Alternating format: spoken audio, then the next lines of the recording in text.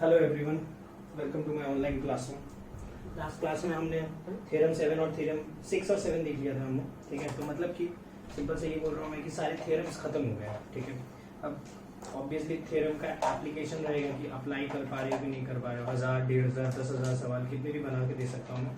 ठीक है, इतने करने की ज़रूरत नहीं है। ठीक है, लेकिन 100-150 सवाल तो करने ही पड़ेंगे। तो सिंपल सा है कि लगा सकते हो कि नहीं लगा सकते हो, ये चेक करना है। तो मैंने बहुत सारे क्वेश्चंस तो करा भी दिए हैं, क्या कुछ लोगों को प्रॉब्लम तो हो ही रही होगी। तो ये लेक्चर में मैंने सोचा है कि मैं सिर्फ क्वेश्चंस ही कराऊंगा।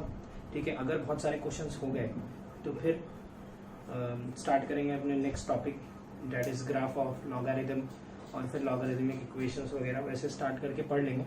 लेकिन आज के लेक्चर में कोशिश करेंगे कि क्वेश्चंस ज़्यादा से ज़्यादा और अच्छे क्वेश्चंस करें। ठीक है, तो स्टार्ट करते हैं। सवाल मैं सारे ही अच्छे लिखूंगा, एक भी सवाल आसान नहीं रहेगा। तो तुम अगर वीडियो पॉज करके खुद से करने की कोशिश करोगे तो सही रहेगा।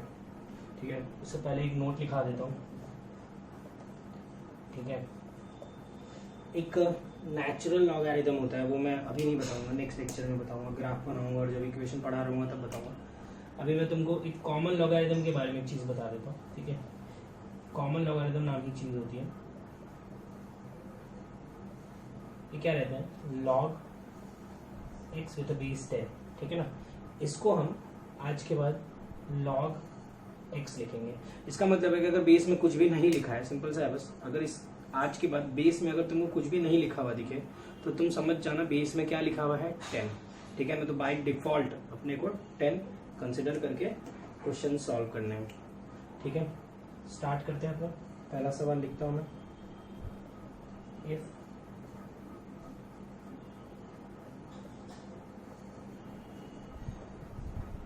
Equal to 0। ठीक है, अब ये तुम देखोगे ध्यान से तो तुमको थोड़ा सा अलग फील होगा कि हाँ क्वेश्चन अलग है। इसमें तुम ध्यान से देखो तो लॉग के अंदर लॉग है, 3 लॉग है। Next is log 3, log 4, log y with base 2 is equal to 0। ठीक है, and log 4, 2, 3 is equal to 0। ये x नहीं है, ये z है। ठीक है, then find the value of x, y, z। Then find, ऐसे इसको अपने इंटीजर टाइप वगैरह बना देते हैं एडवांस के लिए। Find x plus y plus z, ऐसा क्वेश्चन IIT में आ चुका है। मेरे को लगता है 1-2 साल पहले आया था, दे दूंगा, वो भी दे दूंगा। तो इसको देख लो पहले तो तुम। ठीक है, इसको करने के बहुत सारे तरीके हैं। पहले मैं एक बहुत सिंपल सा तरीका बता रहा हूँ, तुम लोग ये क्वेश्चन देख लो करते हुए, मुझे ये सॉल्व करते हुए देख लो, ये दोनों खुद से करके देखना, बन जाएगा। मैं 2 तरीका बता रहा हूँ, दोनों खुद से दोनों देख लो और फिर उसको अटेम्प्ट करो। देखो मैं क्या कर रहा हूँ, मैं अच्छे से, मेरे को क्या इतना कॉम्प्लिकेटेड समझता नहीं है, तो मैं एक बार के लिए इसको हटा के है ना n लिख रहा हूँ। Log n with base 2 is equal to 0। तो तुमको फॉर्मूला याद होगा, n इज इक्वल टू 2 की पावर 0। n क्या था, ये था, लिख देता हूँ। Log 3 log x with base 4 is equal to 2 की पावर 0 इज 1। ठीक है, n की जगह पे जिसको n माना था वो पुट कर दिया। अब इसको और अच्छे से देखने के लिए मैं इसको m मान रहा हूँ, तो मैं लिख सकता हूँ log m with base 3 is equal to 1। तो यहाँ से क्या आ जाएगा, m इज इक्वल टू 3 की पावर 1। क्लियर है, ये भी कोई प्रॉब्लम नहीं होनी चाहिए इसमें। ठीक है, डायरेक्टली तो था। अब मैं m की जगह जिसको m माना था वो पुट कर देता हूँ। Log x with base 4 is equal to 3, तो x इज इक्वल टू 4 की पावर 3। 4 की पावर 3 इज 64। समझ में आया कुछ? तो तुम ऐसे आराम से लिख के तीनों सॉल्व कर सकते हो मेरे हिसाब से। ठीक है, इसी को करने का, बस लिखने का, इसी को लिखने का दूसरा तरीका है कि देखो, सुनना ध्यान से। Log 2 log 3 log x with base 4 is equal to 0।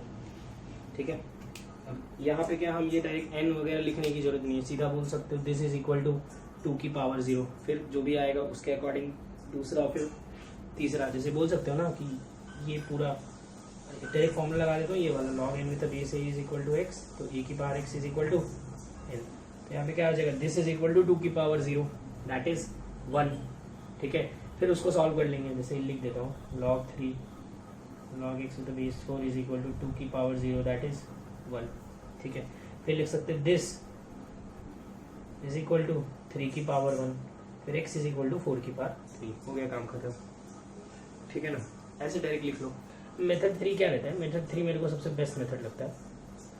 देखो मेथड 3 में क्या रहता है ना कि तुम लोग ये करोगे, थोड़े दिन के बाद करोगे, अगर अभी नहीं कर पाए तो मैं ये करवाता हूँ, मैक्सिमम लोगों को सिखा देता हूँ यहीं पे. देखो तुम भी सीख जाओगे. ठीक है, यही है तरीका, बस लिखना नहीं पड़ता है. क्या रहता है देखो, तुम सोच के देखो, लॉग के अंदर क्या रखोगे कि 0 आएगा. तो हमने पढ़ा है log 1 is equal to 0, base में कुछ भी रख दो. तो मैं बोल सकता हूँ ये क्या होगा 1, तभी तो log 1 विद बेस 2 क्या आएगा 0. ठीक है, अब मैं पूछ रहा हूँ तुमसे कि कोई भी चीज़ 1 कब बनती है. तो कोई भी चीज़ तुमको याद होगा 1 तब बनती है जब उसके नंबर में और बेस में सेम चीज़ लिखी हो. अगर पीछे देखोगे तो नहीं समझ में आए तो तुम ये करो आराम से. ठीक है ना, लेकिन मैं तो करके दिखा रहा हूँ. तो कोई भी चीज़ 1, ये 1 कब बनेगा जब ये वाली चीज़ बेस में सेम बन जाए 3. मतलब log x with base 4 is equal to 3, x is equal to 4 की पावर 3. ठीक है, तो शायद मैं नहीं समझा पाया हूँ, मुझे लगता है. तो मैं एक काम करता हूँ कि तुम लोगों को मैं ये दो जो बचे हैं y और z वाले, ये मैं इस मेथड से करके दिखाता हूँ, क्योंकि इतना तो मुझे पता है, ये दोनों तो मैं सिखा चुका हूँ. ठीक है ना, लिख लिख के करना तो कर ही लोगे. वो तो क्या सबसे बनना ही चाहिए, मतलब क्यों नहीं बनेगा, वो ढंग से करोगे तो बनेगा. देखो मैं करता हूँ इसको. लॉग के अंदर क्या रखेंगे 0 आएगा 1. लॉग क्या 1 होता है, तो log something with base something, मतलब दोनों सेम होना चाहिए. तो इसको क्या रखेंगे तो 1 आएगा. इसको रखेंगे 4, तो मैं लिख सकता हूँ log y with base 2 is equal to 4, y is equal to 2 की power 4, y is equal to 60. एक बार और देख लो, लॉग के अंदर क्या रखेंगे तो 0 आएगा 1. लॉग क्या 1 होता है, तो लॉग सेम, ये चीज़ और ये चीज़ सेम होनी चाहिए, तो ये चीज़ क्या होनी चाहिए 2.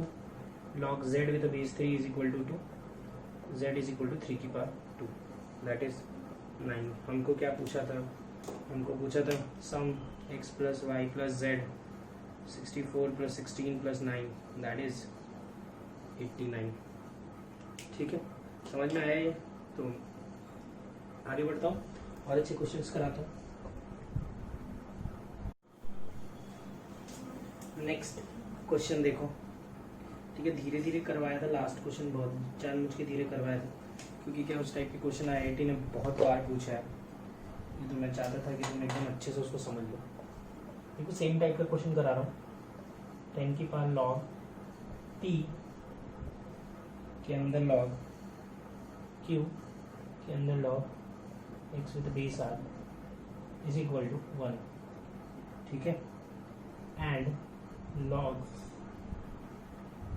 q log r log x with the base p is equal to 0. Then find p, मतलब p किसी q या r के ही टर्म्स में आएगा. ठीक है ना, तो तुम p निकालो. जैसे इसका आंसर भी मैं बता देता हूँ, तभी तो सॉल्व करोगे. इसका आंसर है r की पावर q बाई r. ठीक है, p r की पावर q बाई r की इक्वल आएगा.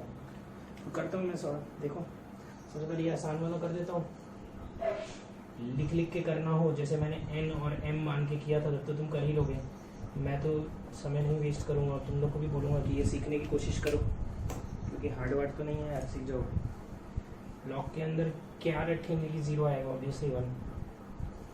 लॉग 1 कब बनता है, जब ये और ये सेम हो जाए. तो यहाँ से सीधा बोलते हैं log x to the base p is equal to r, x is equal to p की पावर r.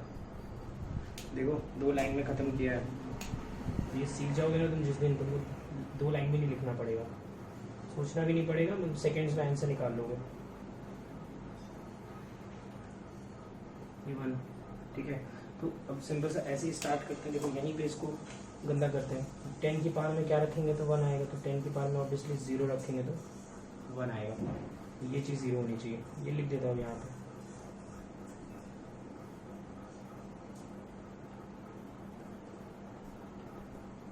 ठीक है, सेम ही तो सवाल बन गया, बस 10 की पावर में लिख के कंफ्यूज कर रहा था. क्या रखेंगे तो 1 आएगा, 0 आएगा 1. क्या रखेंगे तो 1 आएगा q log x with base r is equal to q, x is equal to are की पावर क्यू, ये भी एक्स है ये भी एक्स है, तो मैं बोल सकता हूँ यहाँ पे दोनों एक्स हैं। एक चीज़ लिख देता है सिंपल सा, this is equal to this, P की power R is equal to are की पावर क्यू, ये आर इधर गया, पी की पावर सॉरी आर की power Q by R. Clear? ठीक है। देखो एक मेंस में आया हुआ सवाल दे रहा हूँ, मैं जानबूझ के बहुत सारे क्वेश्चंस कराने वाला हूँ यार, मैं चाहता हूँ कि सबको अप्लाई करना सीख जाए। मेंस में क्वेश्चन आया ये, find the value of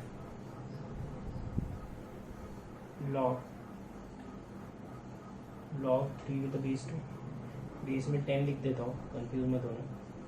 log 4 with base 3, 10 है सबके बेस में, log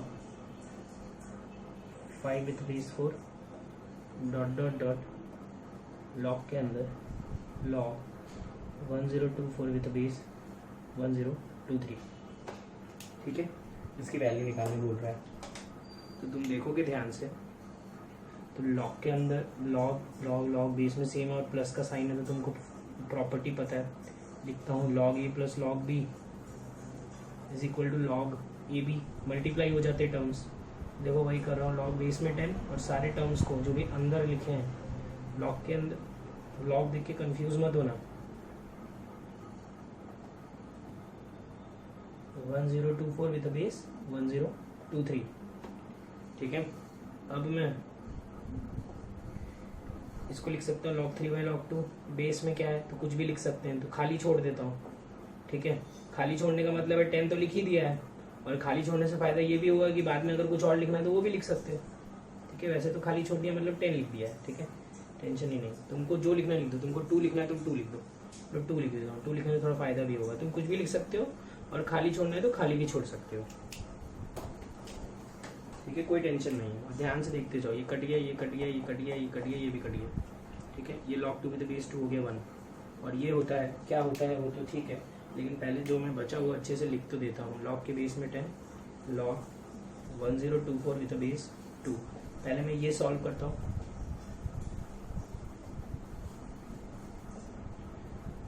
ये 10 कहाँ उतरेगा देख लो, ये 10 यहाँ उतरेगा कि यहाँ उतरेगा, अपने लॉग के सामने उतरेगा। 10 log 2 with base 2, log 2 with base 2 क्या होता है 1, log 10 विद बेस 10 1, इसका आंसर क्या है 1। समझ में आया? ठीक है, क्लियर है ये भी? क्योंकि बहुत अच्छा क्वेश्चन है। ठीक है, बहुत ज़्यादा सिंप्लीफाई करना पड़ता है उसको। ठीक है, हर एक स्टेप के बाद तुमको थोड़ा दिमाग लगाना पड़ेगा। फाइंड द वैल्यू ऑफ, ठीक है, वैल्यू निकलेगी मतलब कोई इंटीग्रल वैल्यू निकलेगी, मैंने इंटीग्रल वैल्यू लिखा नहीं है और निकलेगी, मैं एन लिख देता हूँ, मतलब नेचुरल नंबर ही निकलेगा, देख लेना तुम, ये एन से रिप्रेजेंट कर दिया, तुमको एन फाइंड करना है, that is natural number find करना है जो ये सिंप्लीफाई होकर बन सकता है।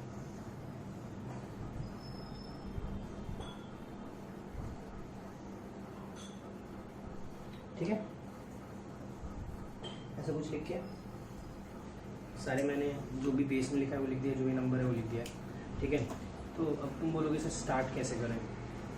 तो स्टार्ट करने के पहले है ना, मैं क्या सोचता हूँ, मेरा ऐसा रहता है कि मैं सबसे पहले ये प्लान करता हूँ कि सबसे पहले बेस सेम बना लूँ, क्योंकि सबका बेस अगर अलग अलग हुआ तो पॉसिबल ही नहीं है सॉल्व करना। ठीक है, तो मैंने क्या प्लान किया, सबका बेस 3 बना लेते हैं। तो जैसे ये log 135 है तो बेस 3 है, इसको छोड़ दिया, इसको लिख दिया log 3 बाई log 15, देखते जाओ, माइनस इसको भी छोड़ दिया। तुम कोई और भी बेस बना सकते हो, मैंने 3 बनाने का प्लान किया। ठीक है, 3 बनाने का कारण भी तुमको पता चल जाएगा। जैसे यहाँ पे कुछ नहीं लिखा, यहाँ 3 लिख देता हूँ, यहाँ का कुछ भी लिख सकते हैं, बोला था क्यों लिख सकते हो वो भी बता दिया था। log 3 विद बेस 3 क्या होता है, ये हो गया 1, ये ऊपर चला गया, log 15 with base 3, log 135 with base 3 minus log 5 with base 3, ये भी 1 हो गया, ये ऊपर चला गया, log 405 विद बेस 3। ठीक है, देखो थोड़ा बहुत तो समझ में आ ही गया होगा क्योंकि मैंने इतने अच्छे से उसको कर दिया है। ठीक है, मैं 135 को क्या लिख सकता हूँ, ध्यान से देखोगे तो 3 × 5, 135 को क्या, सॉरी 15 को 3 × 5, 135 को 3 स्क्वायर इंटू 15 9 याद आया मेरे को 405। ठीक है, तो वो शायद होता है 3 क्यूब इंटू 15। हाँ ठीक है, तो मैं पुट कर देता हूँ ये सब उनकी जगह पे। n is equal to log 15 में 15 को लिखा 5 इंटू 3 या 3 इंटू 5 जो भी, इसको लिखा 3 स्क्वायर इंटू 15, 15 को लिख दिया, सॉरी 15 मत लिखो इसको, 3 क्यूब इंटू 5 लिख दो इसको, 3 की पावर 4 इंटू 5 लिख दो, 15 को भी ब्रेक कर लो ना, 3 क्यूब इंटू 5 तो base 3 minus log 5 with base 3 log 3 की power 4 into 5 with base 3।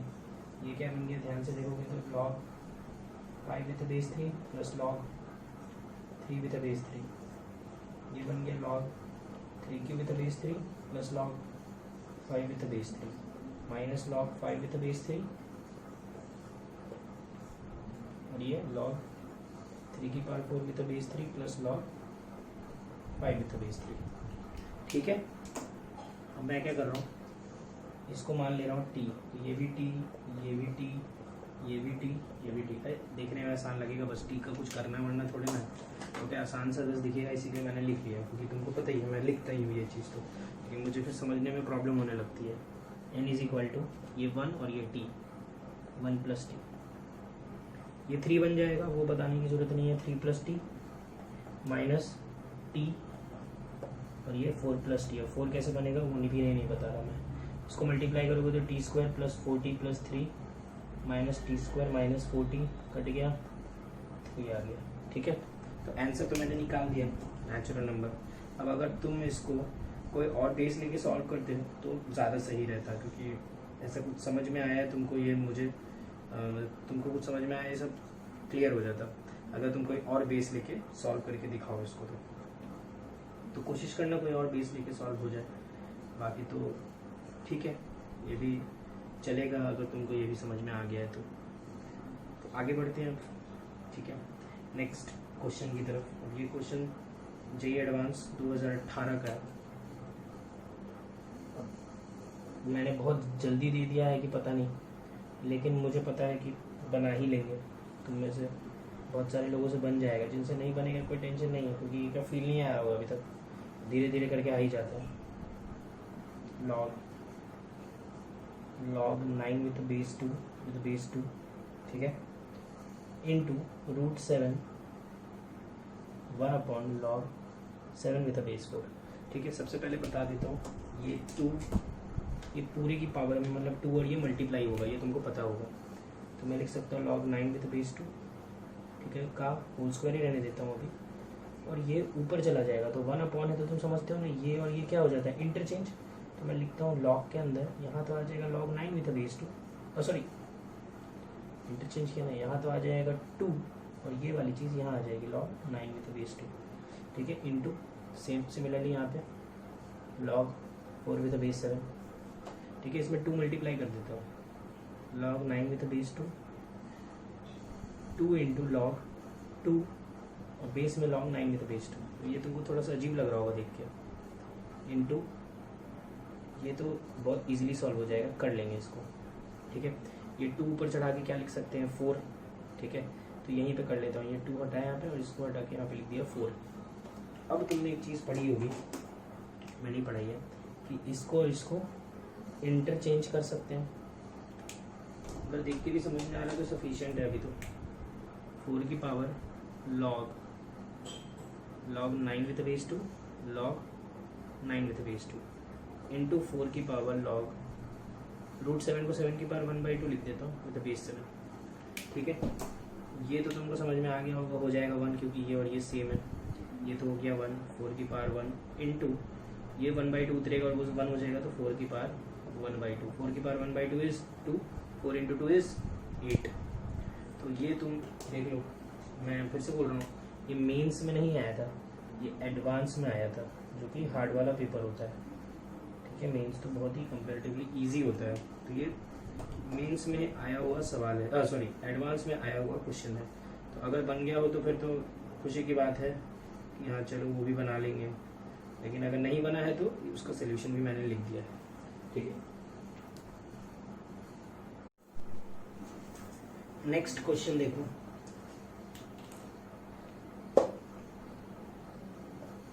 Simplify करने दिया है 2 की power log a with a base 2 की पावर 1/4, ठीक है, माइनस 3 की power log a square plus 1 का whole cube with a base 27 minus 2a upon 7 की power 4 log a with a base 49 minus a minus 1, ठीक है। जबरदस्ती की चीज़ें हैं बस। तो जैसे स्टार्ट करते हैं, ये 1/4 यहाँ आएगा तो तुमको पता है रेसिप्रोकल में आता है तो वो 4 बन जाएगा, ठीक है। ये सब तो बहुत ही बेसिक सी चीज़ें हैं। 27 को लिख सकते हो 3 का क्यूब, और वो 3 यहाँ उतरेगा और ये 3 नीचे उतर के दोनों कट जाएगा, और क्या बचेगा मैं लिखता हूँ a स्क्वायर प्लस 1 का होल क्यूब, पहले ये गायब हो गया, 27 को 3 का क्यूब लिखा वो गायब हो गया, माइनस 2a अपॉन ये 49 को लिख लिया 7 का स्क्वायर, वो डिनोमिनेटर में आएगा तो कट के 2 बचेगा। समझ में आ गया, ठीक है, ये क्लियर होगा। अब मैं एक और स्टेप लिख दे रहा हूँ बस एक्स्ट्रा में, ये 4 को इसकी पावर में चढ़ा दिया 2 log a की पावर 4 विथ बेस 2, बाकी सब सेम ही लिख रहा हूँ 3 log a square plus 1 with base 3 minus 2a upon इसको भी इसकी पावर में चढ़ा दिया 7 log a square with base 7 minus a minus 1, clear है, ठीक है। अब क्या करेंगे, इसको और इसको इंटरचेंज, इसको और इसको इंटरचेंज, इसको और इसको इंटरचेंज, तो ये 2 यहाँ आ जाएगा log 2 विथ बेस 2 1, ए की पावर 4 बच गया, log 3 with base 3 1, a square plus 1 बच गया माइनस 2a अपॉन इसको इधर लोगे log 7 with base 7 1, a square बच गया, ये आ गया, ठीक है। इसको इससे डिवाइड करना है तो कर लेना डिवाइड। डिवाइड कैसे करोगे, वो लॉन्ग डिवीजन मेथड अप्लाई करो, फाइनल आंसर क्या आएगा सिंप्लीफाई होके, वो मैं बता देता हूँ बस एक सेकेंड। फाइनल आंसर आएगा a square plus a plus 1, ठीक है। लॉन्ग डिवीजन मेथड लगाओ अच्छे से और उसको डिवाइड करो, तुमको सीधा सीधा ये टर्म मिल जाएगा a square plus a plus 1, ठीक है। तो मेरे हिसाब से थोड़ा बहुत समझ में आया होगा। अब मैं क्या कर रहा हूँ, मैं तुम लोगों को एक टॉपिक के बारे में थोड़ा सा आइडिया देना चाहता हूँ, ठीक है। ग्राफ्स,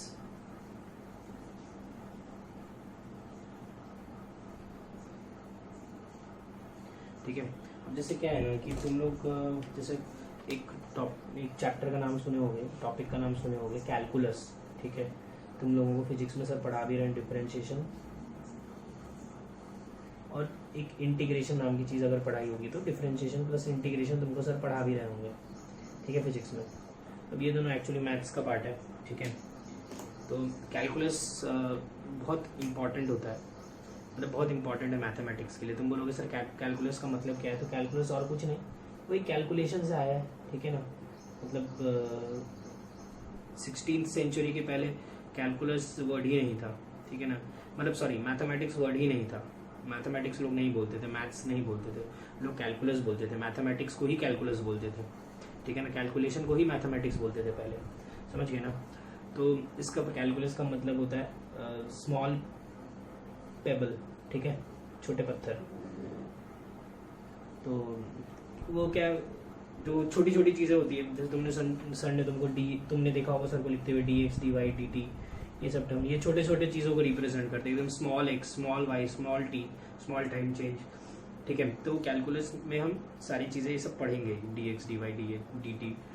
तो कैलकुलस में जो सबसे इम्पॉर्टेंट रोल प्ले करता है वो करता है ग्राफ ऑफ अ फंक्शन, ठीक है ना। मैं ये बहुत डिटेल में पढ़ाता हूँ, ग्राफ बहुत ही अच्छे से सब कुछ पढ़ाता हूँ मैं, हर चैप्टर में डल के ग्राफ का यूज़ सीखते हैं हम, ठीक है ना। तो ये बहुत इंपॉर्टेंट चैप्टर है। ये चैप्टर के लिए एक किताब मैं रिकमेंड करता हूँ हमेशा, 150 रुपये की किताब है यार, ऑनलाइन मंगा लो, प्लेइंग विद द ग्राफ्स, ठीक है ना। 100-150 रुपये की किताब है, बस 2 ही किताब बोलता हूँ मैं, वो ब्लैक बुक और प्लेइंग विद द ग्राफ्स। बाकी तो मेरे नोट्स सफिशिएंट रहेंगे, तुम देख लेना। और मैंने जो शीट दी है तुम वो पूरी बना लो, तुम्हारा सिलेक्शन हो जाएगा। प्लेइंग विद द ग्राफ्स, ठीक है। अरिहंत की आती है, और भी आजकल पता नहीं किसकी किसकी आने लग गई है, सभी अच्छी है। बाकी अरिहंत की आती है, वो 100-150 रुपये की किताब है। वो मोटी मोटी भी प्लेइंग विद द ग्राफ आती है, वो सब मत लेना। छोटी सी किताब है एकदम पतली सी, वो तुमको लेना है। मार्केट में जाओगे तो मिल भी जाएगा, ठीक है। तो इसमें क्या, ये बुक में जितने भी IIT JEE में जितने भी ग्राफ, जितने भी फंक्शन आएंगे, जिनका भी ग्राफ हमको आना चाहिए या नहीं भी आना चाहिए, वो भी बन के हैं एक्स्ट्रा। और सारे कंसेप्ट्स, ट्रांसफॉर्मेशंस वगैरह, ट्रांसफॉर्मेशन नाम की एक चीज़ होती है, वो सब भी सब करवा के है। तो तुम ये किताब ले लो, तुम्हारे काम आएगा। अभी तो एकदम तुरंत काम नहीं आएगा, लेकिन 2 साल में लगातार आता ही रहेगा काम ये, ठीक है। तो जैसे हमने शायद स्कूल में ग्राफ्स पढ़ा है, शायद क्या पढ़ाई है, ठीक है। तो हमने तो स्कूल में एक ही चीज़ पढ़ी थी, स्ट्रेट लाइन, ठीक है। और कुछ पढ़ा ही नहीं है, और किसी चीज़ का ग्राफ पढ़ा ही नहीं है। जैसे सर्कल है, लेकिन सर्कल की इक्वेशन लिखना नहीं सीखा है हमने। सर्कल की प्रॉपर्टीज पढ़ी है कि सर्कल के ऊपर किसी पॉइंट पे टेंजेंट बनाएंगे, सेंटर से परपेंडिकुलर डालेंगे तो रेडियस इक्वल होगा, ये सब पढ़े होगे। किसी पॉइंट से टेंजेंट बनाएंगे तो लेंथ इक्वल आएगा, ठीक है, ये सब पढ़े होगे। लेकिन उसकी इक्वेशन नहीं पढ़े हो कि सर्कल की मैथमेटिक्स में सर्कल को रिप्रेजेंट कैसे करेंगे, एक्स और वाई यूज करके कैसे रिप्रेजेंट करेंगे। तो जैसे स्ट्रेट लाइन को तो हमने सीखा है कि कोई भी any linear equation in 2 variable या 2 वेरिएबल से कम में भी represents straight line, ठीक है। मैं तो अभी 2 वेरिएबल की बात करता हूँ। कोई भी linear equation in 2 variable represent straight line, मतलब कि ax + by + c = 0। देखो ना, लीनियर इक्वेशन इन 2 वेरिएबल है। इसको अगर तुम ग्राफ में प्लॉट करोगे, मतलब कोऑर्डिनेट कार्टेशियन प्लेन में प्लॉट करोगे, तो ये कैसा दिखेगा, ये लाइन जैसा दिखेगा, स्ट्रेट लाइन जैसा दिखेगा, ठीक है। नहीं समझ में आया होगा, मुझे भी कुछ खास ऐसे ये सब समझ में नहीं आता था, ठीक है। तो एक एग्जांपल देखते हैं, शायद इससे बेटर समझ में आए, ठीक है। थोड़ा सा फील लेना पड़ेगा तुमको खुद को, ठीक है। इसको मैं फिजिक्स के तरीके से भी कुछ थोड़ा बहुत बोल दूंगा। जैसे यहाँ पे अगर तुमने स्कूल में ऐसे सीखा होगा एक्स वाई, ठीक है। हमको स्कूल में सब ऐसे कराते थे कि यार एक्स को 0 रखो, y 2 आएगा, फिर एक्स को कुछ और रख दो, 1 रख दो तो y 3 आएगा, ठीक है। तो x0 y 2 ये पॉइंट आ गया, x1 y 3 ये पॉइंट आ गया, ठीक है। इन दोनों को ज्वाइन कर देंगे तो जो बनेगा इसको बोलते हैं स्ट्रेट लाइन। और अगर इसकी इक्वेशन देखेंगे तो इसकी इक्वेशन रहेगी y = x + 2। अभी y = x + 2 क्या है, तो y = x + 2 बस देखो एक चीज़ समझो कि जैसे जैसे x चेंज होगा ऑब्वियसली वैसे वैसे y भी चेंज होगा। तुम x को 0 रखोगे तो y 2 आएगा, x को 1 रखोगे y 3 आएगा, x को 2 रखोगे y 4 आएगा। तो इनको सेटिस्फाई करने वाले इनफाइनाइट सेट ऑफ पॉइंट्स होंगे। इस इक्वेशन को सेटिस्फाई करने वाले इनफाइनाइट सेट ऑफ पॉइंट्स हैं। जैसे एग्जाम्पल 0,2 1,3 2 रखो तो y 4 आएगा, 3 रखो तो y 5 आएगा। इनफाइनाइट पॉइंट्स सेटिस्फाई करेंगे। अरे क्यों इंटीजर्स रख रहे हैं हम, 10.5 रख देता हूँ x को तो y 12.5 आएगा, ठीक है। तो इनफाइनाइट सेट ऑफ पॉइंट्स हैं इस। तो ये सारे पॉइंट्स कहाँ पे लाई करेंगे, ये सारे पॉइंट्स इस लाइन के ऊपर ही लाई करेंगे, ठीक है ना। जो भी इसको ग्राफ क्या रिप्रेजेंट करता है समझ में आ रहा है, ग्राफ रिप्रेजेंट करता है कि जो भी इस इक्वेशन और ग्राफ में क्या रिलेशन है वो मैं समझा रहा हूँ, लिख रहा हूँ मैं यहाँ पे, relation between equation and it's graph और उसकी इक्वेशन में जो रिलेशन है, ठीक है ना, वही मैं यहाँ पे एक्सप्लेन कर रहा हूँ कि जितने भी पॉइंट्स है 0,2 1,3 2,4 3,5 ये सारे पॉइंट्स जो इस इक्वेशन को सेटिस्फाई कर रहे हैं वो सब इस लाइन पे ही लाई करेंगे। और एक और चीज़ बता देता हूँ, जो इसको सेटिस्फाई नहीं करेंगे वो इस लाइन पे लाई नहीं करेंगे, ठीक है ना। तो जैसे एग्जांपल तुम लोगे तो 1,0 यहाँ पे वो इस लाइन पे लाई कर रहा है कि नहीं कर रहा है, तुम रख के देख लो, सेटिस्फाई भी नहीं करेगा। x को 1 रखो, y को 0 रखो तो 0 = 3, कहाँ सेटिस्फाई किया, ठीक है ना। तो ग्राफ का मतलब समझ में आया ना, उसकी इक्वेशन और उसकी ग्राफ, कोई भी इक्वेशन और उसकी ग्राफ में रिलेशन समझ में आया ना, कि जो जो वैल्यूज इसको सेटिस्फाई करेगी वो जो भी तुम प्लॉट करने वाले हो उस पर लाई करेगा। ठीक है ना। तो जैसे अपने 2-3 एग्जाम्पल लेते हैं। देखो जैसे मैं एक इक्वेशन लिखता हूँ, शायद फिजिक्स में आया भी हो, y is equal to x square. तो अगर मेरे को कोई बोलेगा कि ये ग्राफ में प्लॉट करके दिखाओ, देखो कोई भी y और x का रिलेशन कोऑर्डिनेट एक्सिस पे प्लॉट करोगे तो कुछ ना कुछ तो वो बनेगा ही, ठीक है ना, कंफर्म बनेगा। जैसे फॉर एग्जांपल तुम यहाँ पे अगर इसको बनाना है, क्या बनने वाला है, तो बहुत सारी वैल्यूज ले लेता हूँ, क्योंकि ये लीनियर इक्वेशन नहीं है तो ये स्ट्रेट लाइन नहीं बनेगा, कुछ और ही बनेगा, बदलता सा ही कुछ बनेगा। तो मैं x को 0 रखूँगा तो y भी 0, x को 1 रखूँगा तो y 1, x को 2 रखूँगा y 4 रख के देखो, x को -1 रखूँगा तो y 1, x को -2 रखूँगा तो y 4, x को 3 रखूँगा तो 9, x को -3 रखूँगा तो 9, ठीक है। तो 0 पे 0, 1 पे 1, -1 पे भी 1, 2 पे 4, -2 पे भी 4, ठीक है। जब मैंने इन सब पॉइंट्स को जोड़ा, अब कैसे तुम जोड़ोगे वो तुम्हारा टेंशन, ठीक है ना, लाइन बना लो। पर अभी के लिए तो मेरे को कुछ ऐसा कुछ बना हुआ दिखा, बनाया सब मैंने गलत ही है, ठीक है ना, एकदम ही जो दिखना चाहिए वैसे बनाया नहीं है, लेकिन कुछ इस टाइप का दिखेगा, ये तो कंफर्म बोल सकते हैं कुछ ऐसा ही होगा, ठीक है। तो हम इसको नाम दे देते हैं, जैसे उसको नाम दिया हमने स्ट्रेट लाइन, इसको नाम दे देते हैं पैराबोला, इसको पैराबोला बोलते हैं, ठीक है। इस पे हमको पूरा एक चैप्टर है कोनिक सेक्शन नाम का, पढ़ना भी है। तो अब y = x² क्या है, तो ये पैराबोला रिप्रेजेंट करता है।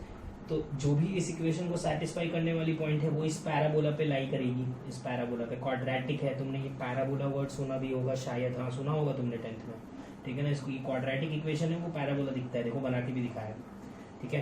तो ये इसके ऊपर जितने पॉइंट लाई कर रहे हैं, ये जितने भी पॉइंट है और भी एक्स्ट्रा पॉइंट है, वो सारे इस इक्वेशन को सेटिस्फाई करेंगे, ठीक है ना। तो बस इतना सा ही मुझे बताना था। तो मुझे तुम लोगों को होमवर्क देना था, उसी के लिए मैंने ये सब पढ़ाया। तो होमवर्क क्या है, ड्रॉ ग्राफ ऑफ, ठीक है, ये नेक्स्ट क्लास में देखेंगे। y = log x to the base 2, और second y = x log to the base 1/2, ठीक है। एक चीज़ याद रखना, यहाँ पे x पॉजिटिव ही रखना है, ठीक है ना। y = नहीं लिखा मैंने, लिख देता हूँ, यहाँ पे x पॉजिटिव ही रखना है, नेगेटिव तो रख नहीं सकते, और सारी वैल्यू रखना, 1, 2, 4 ऐसे अच्छी वैल्यूज रखना। 3 रख के क्या कर लोगे तुम, 3 with the base 2 कैसे निकालोगे, 8, 1/2, 1/4, यहाँ पे भी सेम x y, मैं वैल्यूज बता दे रहा हूँ तुमको, ईजी लगेगा ग्राफ बनाने में। 0 रख रहा हूँ, 1, ठीक है, 2, 4, 1/2, 1/4, 1/8, 1/16 और 8, ठीक है। ये सब रखना तुमको ग्राफ बनाने में हेल्प मिलेगी, ठीक है। अच्छे से बनाओ इसका ग्राफ। अब मैं नेक्स्ट टाइम मैं भी बना के दिखाऊंगा और उसकी प्रॉपर्टीज बताऊंगा बहुत सारी, ठीक है। आज के लिए काफ़ी है, थैंक यू। अगर ये वीडियो पसंद आया तो लाइक करो, सब्सक्राइब करो, शेयर करो, इंस्टाग्राम पे शेयर करो, व्हाट्सएप ग्रुप्स पे शेयर करो अपने दोस्तों के साथ। अगर किसी को मैथमेटिक्स में प्रॉब्लम हो रही है तो शायद उसके काम आ जाए।